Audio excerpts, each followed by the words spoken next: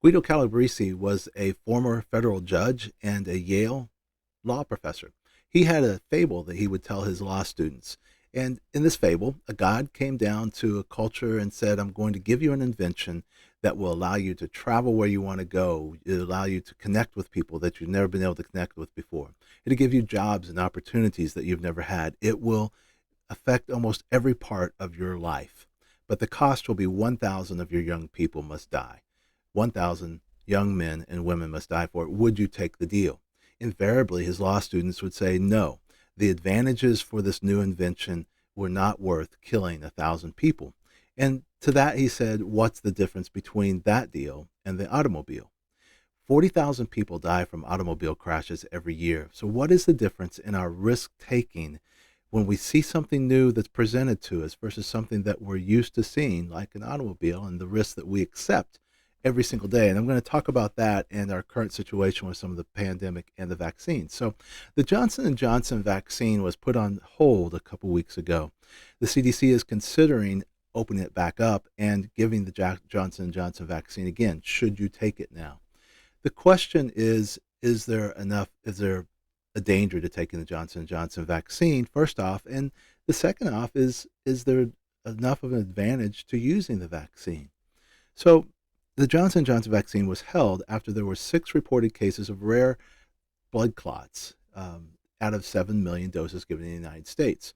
Now, this is not the usual kind of blood clot that you get in your leg or goes a clot to your lung. This is a condition where the platelet levels go very low. There is bleeding. There is clots usually in the veins of the brain, and it's a very serious condition. So it's less than 1 out of a million so far. Why did they pause? They wanted to pause so they could examine the connection to the vaccine. Just because something happened soon after an event doesn't mean that they're connected. They are connected in time. Is there a cause and effect? And so they're trying to examine that. So they're studying all these cases. It's very interesting how medicine and information gets out. I mean, within days of some of these reports, I was reading very detailed medical reports about some of these people, and the conditions that they had. And there are serious conditions. They may be related to the vaccine.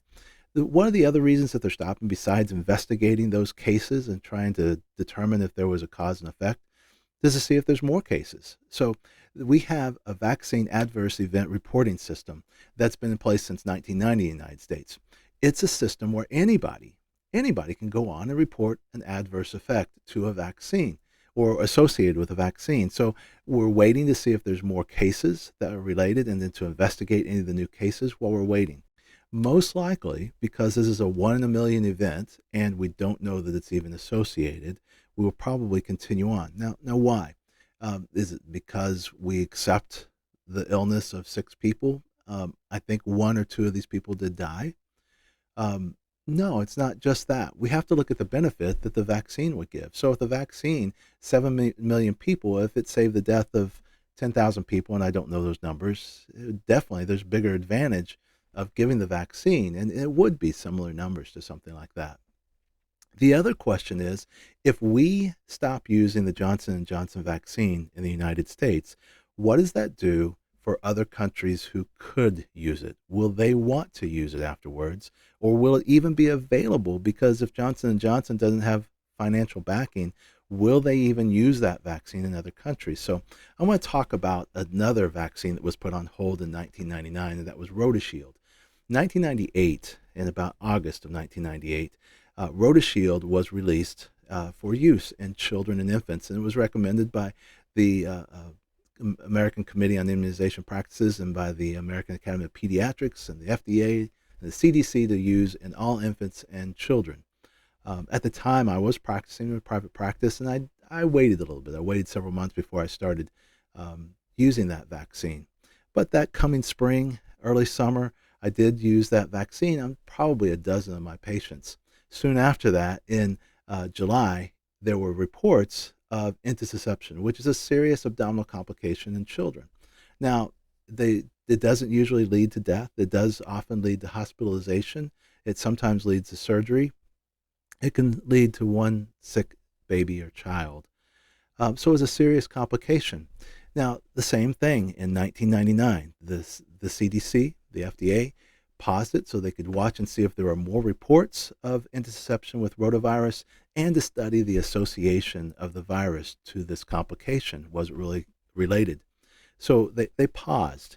In that case, they did see not quite an avalanche, but they saw significant more numbers. They came up with probably 100 more reports through the vaccine adverse events reporting system, and probably about 80 or 90 of those were associated with the over a million doses that were given of the Rotashield. So let's give rough numbers. About a million doses given out. There was more than that, and about 100 cases of that. So that's a pretty big complication rate if you say that they were all related.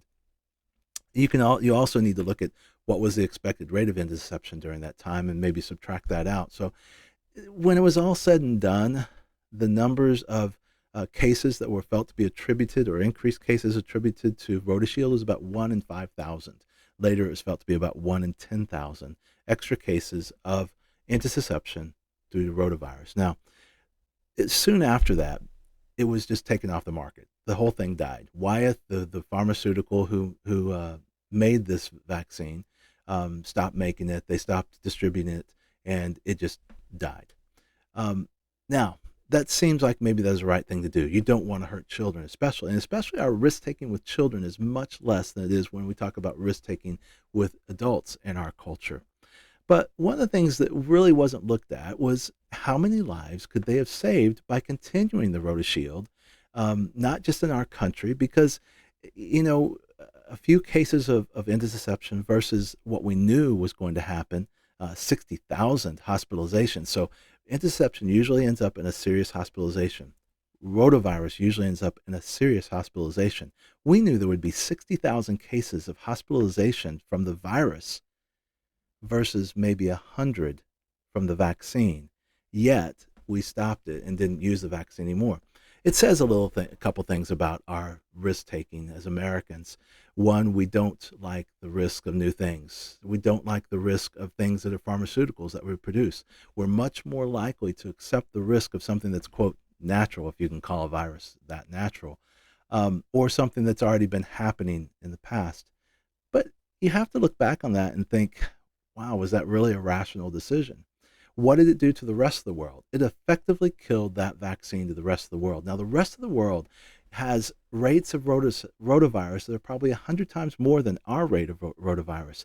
Thousands of people die in other countries that have rotavirus. And so Wyeth's distribution plan was to go to the United States first.